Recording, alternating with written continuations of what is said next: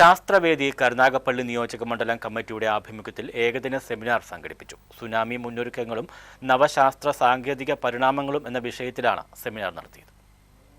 ശാസ്ത്രവേദി കരുനാഗപ്പള്ളി നിയോജക മണ്ഡലം കമ്മിറ്റിയുടെ നേതൃത്വത്തിലാണ് ഏകദിന സെമിനാർ സംഘടിപ്പിച്ചത്.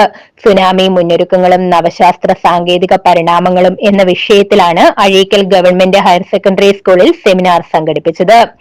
സെമിനാറിന്റെ ഉദ്ഘാടനം ശാസ്ത്രവേദി സംസ്ഥാന committee president Achyut Shankar S Nair നിർവഹിച്ചു.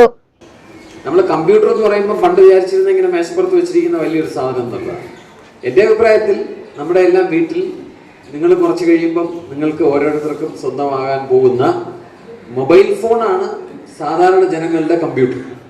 ശാസ്ത്രവേദി കരുനാഗപ്പള്ളി നിയോജക മണ്ഡലം പ്രസിഡന്റ് ടോമി എബ്രഹാം അധ്യക്ഷത വഹിച്ചു.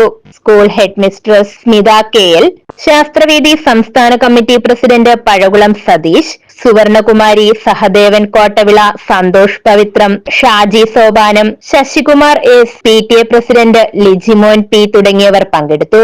News bureau, Karunagappally.